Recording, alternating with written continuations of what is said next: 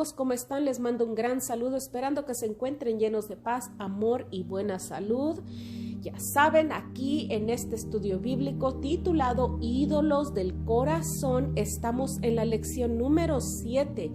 Pero antes de empezar nuestro estudio, me voy a disculpar porque estuve enfermita, como lo pueden oír en el tono de mi voz. Aún estoy un poquito enferma, pero bueno, dije, no, Alma, hay que seguir haciendo ese trabajo del Señor. Y dije, bueno, pues, aunque se me oiga la voz un poquito rarita, así, vamos a continuar con la lección número 7 y... ¿qué creen? Les voy a dejar también la lección número 8 para adelantarnos lo que estábamos atrasado, ¿verdad? Después de este saludo comenzamos con la lección número 7 que se titula Pensando en tu Dios. Y vamos a abrir Primera de Crónicas 28:9 que dice: Reconoce al Dios de tu Padre y sírvele de todo corazón y con buena disposición, pues el Señor escudriña todo corazón y discierne todo pensamiento. Él es el único que nos conoce total como somos. Continuamos. Cientos de años antes de su nacimiento, el reinado justo del joven rey Josías había sido profetizado, aunque solo tenía 8 años de edad cuando comenzó a reinar en Judá. Fue uno de los más grandes reformadores de su nación, aunque había crecido en una nación entregada a la idolatría, incluyendo incluso el sacrificio de niños. El Señor le había dado a Josías un amor por la adoración pura. Pero Josías era un ignorante de la ley de Dios y de la magnitud del pecado que el pueblo estaba cometiendo. Durante la limpieza del templo se encontró el libro de la ley. El rey Josías respondió con sensibilidad cuando se lo leyeron. Cuando el rey oyó las palabras del libro de la ley, se rasgó las vestiduras. Lo podemos encontrar en Segunda de Reyes 22:11. Imagina la gran inquietud que invadió el corazón del joven rey mientras escuchaba, quizá por primera vez, la palabra de Dios. Ese día estuvo cara a cara con la santidad de Dios y él aborreció su pecado y el pecado de su pueblo. Ordenó: vayan a consultar al Señor por mí, por el pueblo y por todo Judá con respecto a lo que dice este libro que se ha encontrado. Sin duda que la gran ira del Señor arde contra nosotros, porque nuestros antepasados no obedecieron lo que dice este libro, ni actuaron según lo que está prescrito para nosotros. Lo podemos encontrar en Segunda de Reyes 22:13. El corazón de Josías estaba afligido. Comprendía que la ira justa de Dios ardía contra él y su pueblo, y con toda razón estaba aterrado. Josías tuvo un encuentro con el Dios de la Biblia ese día, un encuentro que lo cambió a él y a su nación. El Espíritu Santo hizo que entendiera las palabras de la ley. Sus afectos fueron avivados y turbados y su voluntad fue movida a la acción. El Espíritu Santo se movió poderosamente en el entendimiento de Josías, iluminó su mente al gran pecado de la idolatría y al peligro extremo en el que se encontraba su nación. Le concedió el arrepentimiento y el deseo de reformar a su nación. La obra de Dios en Josías fue efectiva. Dios iluminó su mente para que se convirtiera en el hombre que él había profetizado que sería. Mientras seguimos estudiando la idolatría, recuerda que Dios puede hacer lo mismo contigo. Él te puede ayudar a identificar y a derrotar los ídolos que están en tu corazón y en el mío y capacitarte para que encontremos la felicidad en Él. Ya que la función de la mente es informar a los afectos sobre el amor de Dios y entrenar a la voluntad para escoger lo correcto, es la parte más importante de nuestro corazón. Recuerda que tu mente incluye tus pensamientos, creencias, comprensión, memorias, juicios, discernimiento y la conciencia. Tu mente actúa como un guardián contra la ignorancia y el error. Desconocer la voluntad de Dios y errar sobre la naturaleza de Dios son dos causas serias de idolatría. Josías descubrió esa verdad de primera mano, ¿no es así? Si no estás enterado o desconoces el deseo celoso de Dios de ser el único centro de tu adoración, entonces serás más susceptible a venerar dioses de tu propia creación. Sí, en el error crees que a Dios no le importa qué o cómo adoras, harás tus propios dioses y pecarás contra Él. Él es el mejor maestro. Antes que te entregues al miedo, a la desesperación, recuerda que el deseo de Dios es instruirnos en la verdad, así como Dios instruyó a Josías. Él también te instruirá a ti. Recuerda que no hay nada que necesitemos saber que Él no sea capaz o que esté dispuesto a informarnos. Sin su gracia nunca entenderemos el significado o la importancia de la palabra. Pero Dios no nos ha abandonado o no nos ha dejado para que tratemos de descifrar las cosas por nosotros mismos, como lo dice Juan 16:13. El Espíritu de la verdad, Él los guiará a toda la verdad. También en Deuteronomio 4:10 podemos leerlo, y en Salmo 119:73, Mateo 11:29. Es la buena voluntad de tu Padre enseñarte acerca de Él y su ley. Él hace esto principalmente por medio de abrir tu entendimiento a la Escritura. Piensa en la última vez que descubriste alguna verdad de la Biblia. Es sorprendente cómo de repente, de la nada, alguna verdad aparece de improviso de las páginas de la Escritura. ¿No es cierto? Algunas veces pienso que es la primera vez que lo leo, aunque sé que no es así. Esa es la obra del Señor, alumbrar tus ojos y los míos y darnos la revelación especial de su verdad. Conjuntamente con el Espíritu, la Biblia nos enseña todo lo que tenemos que saber acerca de Dios. ¿Estás de acuerdo conmigo, verdad? ¿Quién es Él y cómo lo debemos adorar? Es como si tú y yo, como Josías, comenzaras a ver a Dios como Él es a través de la Escritura y quitaras tus dioses falsos y lo adoraras a Él en verdad. La palabra y el Espíritu. Aunque la palabra está completa y nos dice todo lo que necesitamos saber sobre Dios, nosotros también necesitamos una iluminación espiritual personal por medio del poder del Espíritu Santo. El Espíritu Santo debe tomar las escrituras que Él escribió y aplicarlas a nuestros corazones, alumbrando nuestra mente y liberándonos del error.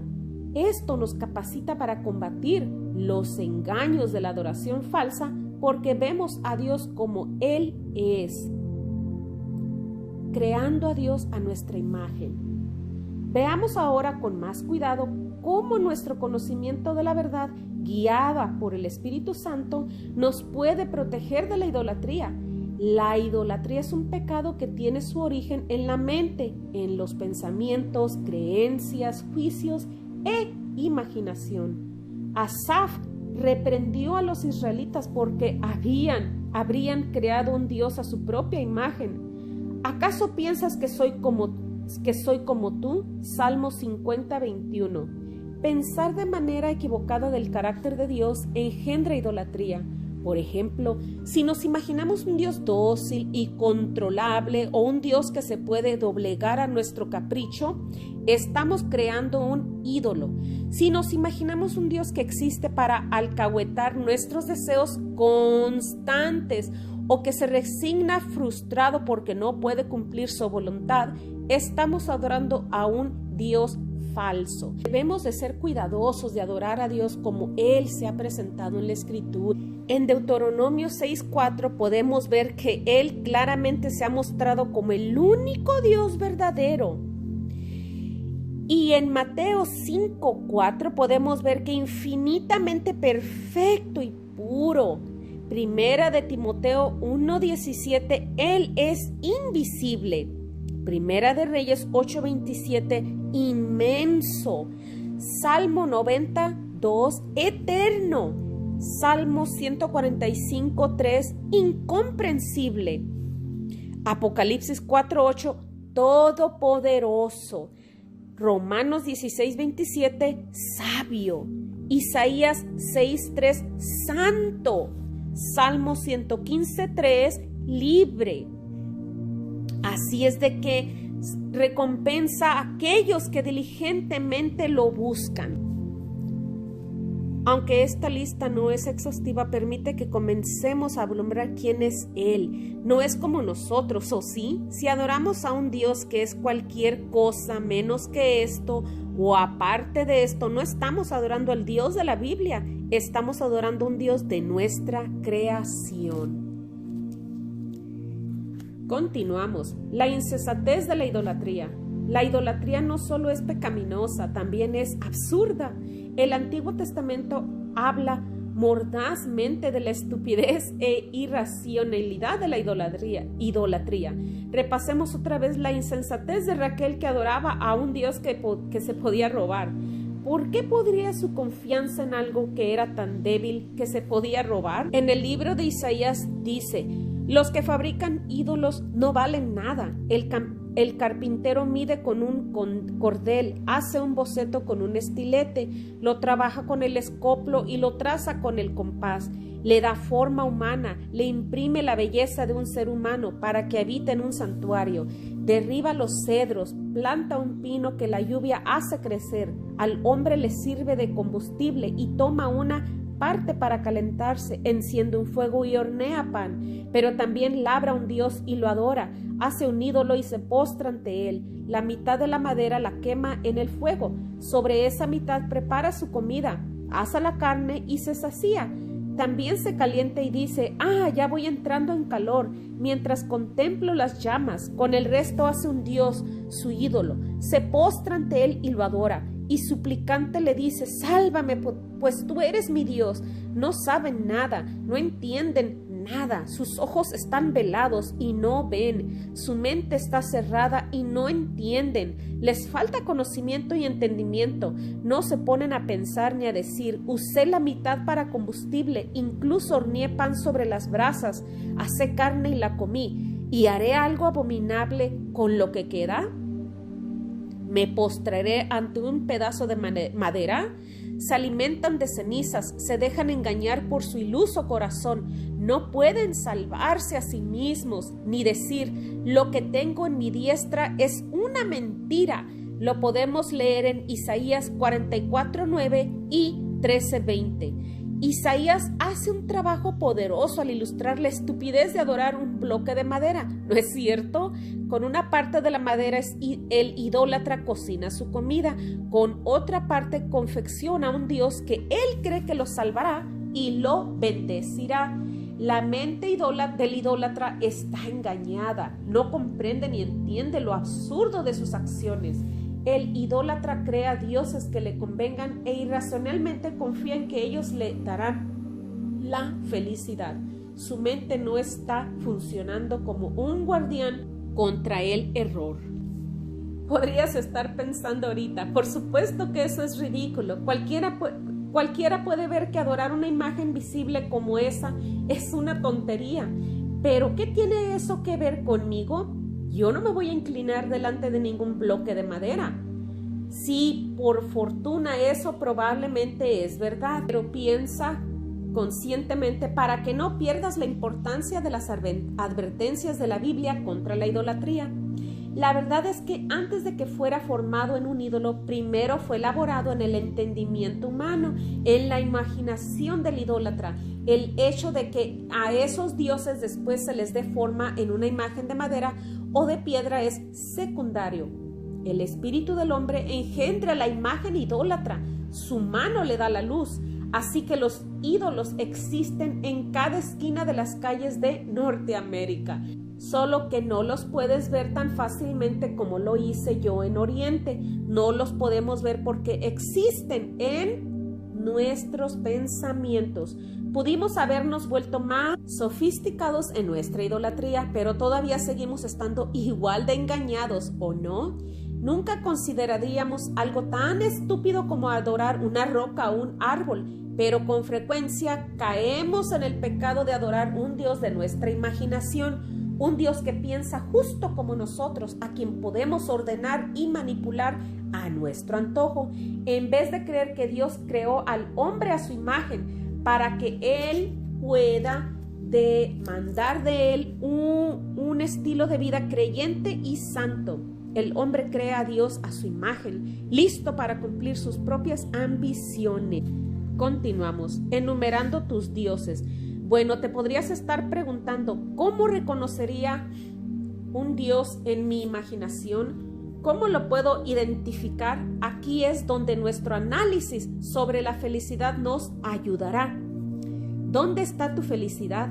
El hombre recurre a los ídolos para calmar sus miedos y para producir los beneficios que desea para darle felicidad.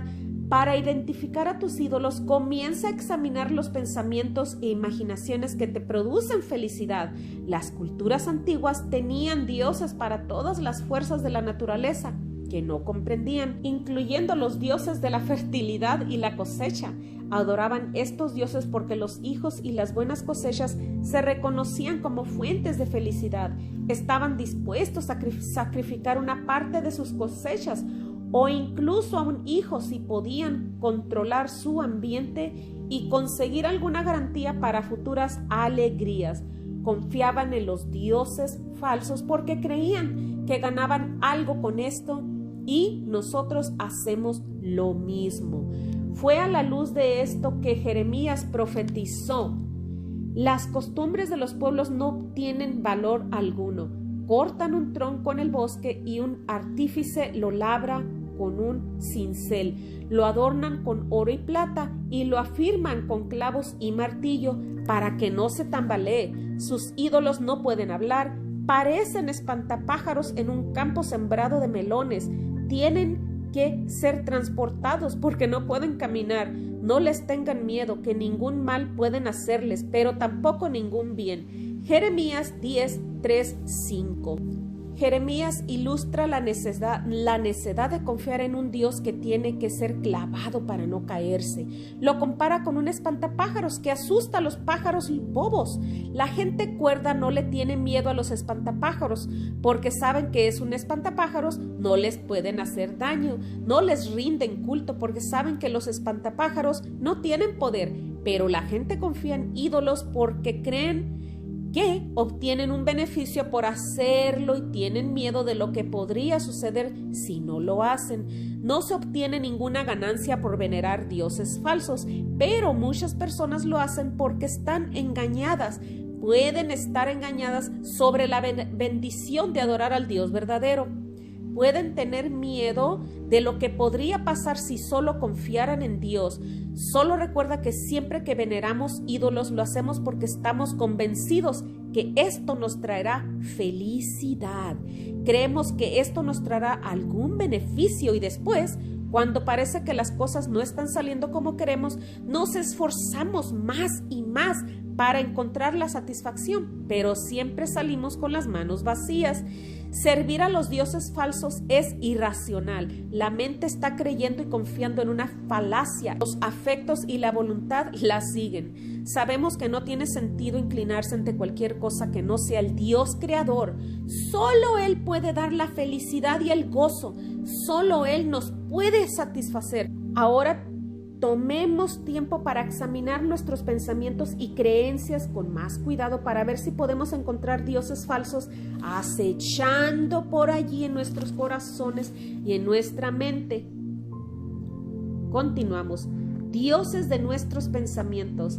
En vez de fabricar ídolos de madera o de piedra, los fabricamos en nuestra imaginación, rindiendo culto a aquello que creemos que nos dará la felicidad.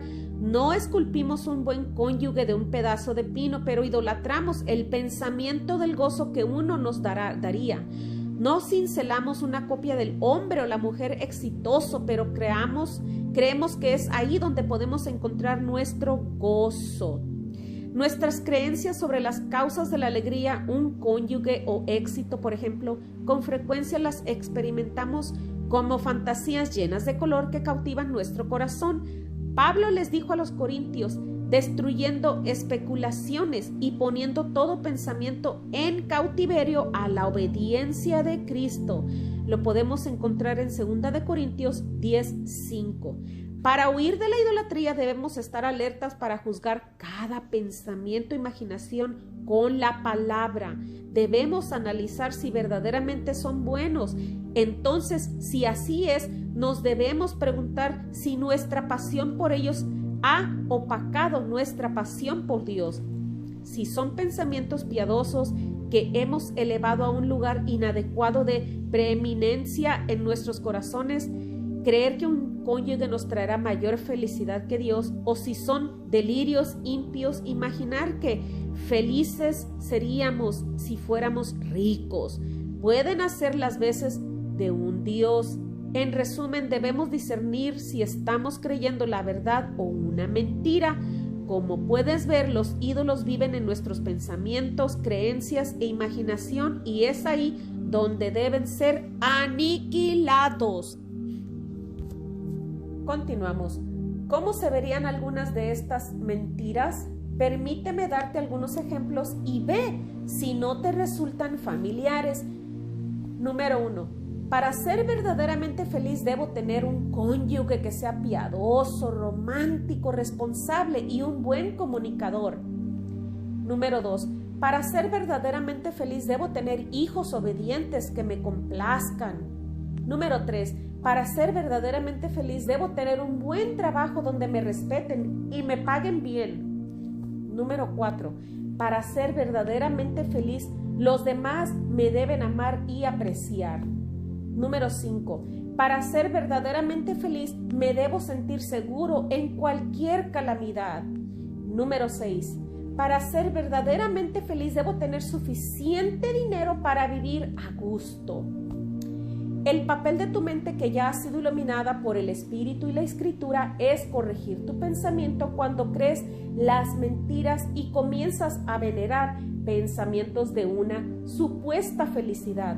Aunque esta lista no es exhaustiva, sirve para demostrar lo fácil que es para nosotros ser engañados. A menos que la mente esté actuando como un vigía, caerás en el error. Comenzarás a creer la mentira de que un buen cónyuge o hijo o trabajo o cualquier cosa creada en la fuente de la felicidad. Y entonces, tan pronto hagas esto, estarás idolatrando a un Dios falso. Recuerda, cada vez que tu adoración se enfoque en algo que no sea Dios, es idolatría. Voy a tratar de ilustrar esto nuevamente. Si tú crees que puedes ser feliz solo si eres respetado en el trabajo, entonces todos tus esfuerzos se enfocarán en ganarte la aprobación de tu jefe. Te enojarás cuando te des cuenta que no estás logrando lo que quieres. Buscarás cómo parecer mejor que tus compañeros. Vivirás por la felicidad emocional de que tu jefe te diga: te aprecio. No hay nada de malo con tratar de ser un buen empleado por amor al Señor como una faceta de nuestra adoración. Colosenses 3:22-24. Pero si lo estás haciendo porque amas al Dios falso, la aprobación de mi jefe, o debo ser un éxito, estás quebrando el primer mandamiento y has sido engañado. Continuamos. Los dioses falsos engendran desobediencia. La lucha contra la idolatría y el engaño comenzó con Eva y sigue en estos días. Eva fue engañada al pensar que la felicidad se podría encontrar en desobedecer a Dios. Cada vez que pecamos es porque también somos engañados. Neciamente pensamos que la felicidad se encuentra en buscar las mentiras que susurran de manera seductora en nuestro corazón. Pecamos porque creemos que podemos obtener felicidad al hacerlo. Es entonces cuando nuestros pensamientos sobre la felicidad se convierten en nuestro Dios. No estoy diciendo que no seamos totalmente responsables de nuestro pecado porque somos engañados. Somos totalmente culpables de todo nuestro pecado porque no creemos la palabra de Dios y confiamos en dioses de nuestra propia imagen. Idolatría es hacer que nuestra imaginación sea más importante que la gozosa obediencia al Señor. Si yo descubro, por ejemplo, que con frecuencia respondo con ira cuando me critican, entonces tengo que considerar qué pensamiento o imaginación idólatra está en la raíz de mi ira. Para hacer esto me debo hacer las siguientes preguntas. Número 1. ¿Qué creo sobre la causa de la verdadera felicidad en esta circunstancia? 2. ¿Qué creo de Dios en esta circunstancia? Número 3. ¿Qué creo de mí mismo, mis derechos, mis metas, mis deseos? Número 4. ¿En qué estoy confiando? Interesante. Podrías hacer estas preguntas. ¿Qué creo de Dios en esta circunstancia? Estoy dudando de su carácter. Creo que Él no es bueno. Creo que si Él fuera bueno me protegería del ataque. Mis deseos no deberían ser criticados. Empeñan mi apreciación de Él y hacer que busque una nueva versión de Él a mi imagen. Porque si Él fuera realmente bueno, pienso, Él haría que los demás me trataran de la manera en que quiero ser tratado. En vez de pensar que Dios no es bueno, quizá creo que no es poderoso. Si Dios fuera poderoso, Él podría controlar cómo me tratan los demás. ¿Qué creo de mí mismo, mis derechos, mis metas, mis deseos? Yo creo que tengo el derecho de ser respetado en el trabajo. Creo que nunca debo ser criticado. Siempre que me critiquen, me veo como una víctima de la maldad de los demás. Creo que la felicidad me seguirá siendo equivada si la gente me desaprueba. Ignoro la verdad de la que no importa quién me apruebe o incluso si yo me apruebo. 2 Corintios 10:18. Creo que es más importante tener la aprobación de los demás que la de Dios. ¿Podría ser esto porque los demás son mi Dios? ¿En qué estoy confiando en vez de confiar en Dios, que ha permitido esta dificultad en mi vida para mi bien y felicidad final? Estoy confiando en que las personas tienen el poder de hacerme feliz. Tengo que ver mi circunstancia como un regalo de Dios para abrir mis ojos a mi idolatría y liberarme de ella. En vez de enojarme pecaminosamente cuando me critican, tengo que gozarme en la fiel disciplina de Dios. Ver Proverbios 25:12. ¿Existen circunstancias en las cuales te encuentras pecando de esta manera? Si es así, hazte estas preguntas y puede que encuentres pensamientos e imaginaciones pecaminosas en el corazón del problema. Esto no anula tu responsabilidad por el pecado. Continuamos. Antes de terminar, vámonos con una reflexión más profunda. ¿Están listas para las preguntas? Vamos a apuntarlas si es necesario. Primera pregunta, ¿por qué es importante que tengas un correcto entendimiento de Dios? Número 2, ¿cómo te instruye Dios sobre su naturaleza? ¿En qué característica particular de Él especialmente te gozas?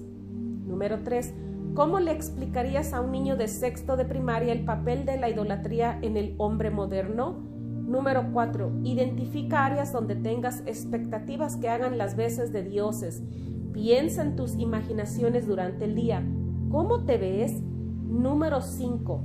Rastrea tu pecado frecuentemente para descubrir las áreas de la idolatría usando nuevamente las preguntas. ¿Qué creo sobre la causa de la verdad felicidad en esta circunstancia? ¿Qué creo de Dios en esta circunstancia? ¿Qué creo de mí mismo, mis derechos, mis metas, mis deseos? ¿En qué estoy confiando? Y al final escribe una oración para que Dios, por medio del Espíritu Santo, ilumine tu corazón y te haga consciente de tus ídolos. Cuando Él haga esto, no te entregues a odiarte y a desesperarte. Arrepiéntete y pídele que te enseñe la verdad sobre su naturaleza. Suplícale que te dé un corazón que lo ame y lo adore solo a Él. Gracias, amigos, por estar conmigo en la lección número 7. Llegamos al final de la lección número 7. Gracias de nuevo por acompañarnos hasta el final de esta lección. Y pues deseo que estés bien y que te la pases el resto del día agradándole al Señor. Que pases un hermoso